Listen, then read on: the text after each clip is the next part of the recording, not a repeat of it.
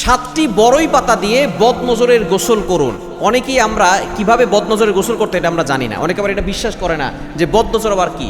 নবীজি ইসলাম নিজে বলে দিয়েছেন, আল আইনু হাক্কুন, বদনজর সত্য, এবং বদনজর এতটা ভয়ঙ্কর এটা একটা সুস্থ উটকে অসুস্থ করে রান্নার পাতিল পর্যন্ত নিয়ে যায়। নবী ইসলাম আরও বলেছেন যে বদনজর একজন সুস্থ মানুষকে অসুস্থ করে কবর পর্যন্ত নিয়ে যায়। এজন্য মানুষের বদনজর থেকে বাঁচবেন, বেশি শো অফ করতে যাবেন না। আপনার গাড়ি আছে, বাড়ি আছে, ফেসবুকে বেশি স্ট্যাটাস দেওয়ার দরকার নাই। আপনার সন্তান মেধাবী, ফেসবুকে স্ট্যাটাস দেওয়ার দরকার নাই। মানুষকে বেশি প্রচার করার দরকার নাই, কেননা আপনি যত কম বলবেন তত ভালো থাকতে পারবেন। বেশি বলবেন, প্রচার করবেন, শো অফ করবেন, মানুষের বদনজর লাগবে, আপনার পরিবার সহ আপনার গোটা বংশ শেষ হয়ে যাবে।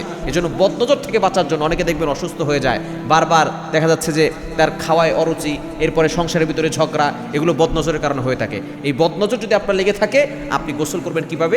7টি বড়ই পাতা নেবেন, বিসমিল্লাহ বলে ভালো করে বড়ই পাতাগুলো ধৌত করবেন। এরপরে সেটাকে আপনি ব্লেন্ডার করতে পারেন। ব্লেন্ডার করে আপনি সেখানে এই ব্লেন্ডার করে ওই বড়ই পাতা একটা বালতির ভিতরে পানি নিয়ে সেখানে ঢালবেন। ঢেলে এরপরে আপনি দুরূদ শরীফ 7 বার পড়বেন। অবশ্যই ওযু করে আমলটা করতে হবে। দুরূদ শরীফ 7 বার পড়বেন, সূরা ফাতিহা 7 বার পড়বেন, আয়াতুল কুরসি 7 বার পড়বেন, সূরা কাফিরুন 7 বার, সূরা ইখলাস 7 বার, সূরা ফালাক 7 বার, সূরা নাস 7 বার। এরপরে আপনি শেষে আবার দুরূদ শরীফ 7 বার পড়ে ওই পানিতে ফু দিয়ে ওই পানি দিয়ে গোসল করে নেবেন। দেখবেন আপনার কাছে আরাম লাগবে। এভাবে যদি 3 থেকে 7 দিন আপনি গোসল করতে পারেন, দেখবেন বদনজর কেটে যাবে।